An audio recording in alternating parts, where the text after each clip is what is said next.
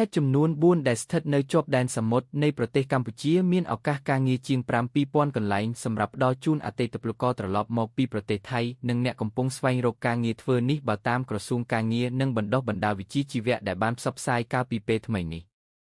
តាមរយៈការផ្សព្វផ្សាយក្រសួងការងារបានឲ្យដឹងថាគិតត្រឹមថ្ងៃ5 ខែមិថុនាឆ្នាំ2026នេះខេត្តស្ថិតនៅជាប់ដែនសមុទ្ររួមមានខេត្តកោះកុងព្រះសីហនុកំពតនិងកែបមានឱកាសការងារសរុបចំនួន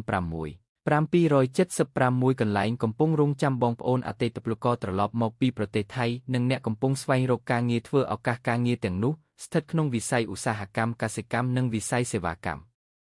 ដើម្បីទទួលបានឱកាសការងារទាំងនោះបងប្អូនអតិថិពលករត្រឡប់មកពីប្រទេសថៃនិងអ្នកកំពុងស្វែងរកការងារធ្វើអាចស្វែងរកលេខទំនាក់ទំនងឈ្មោះរោងចក្រនិងវិស័យដែលខ្លួនពេញចិត្តបានតាមរយៈខិត្តប័ណ្ណការងាររបស់ក្រសួងដែលបានផ្សព្វផ្សាយយ៉ាងលម្អិត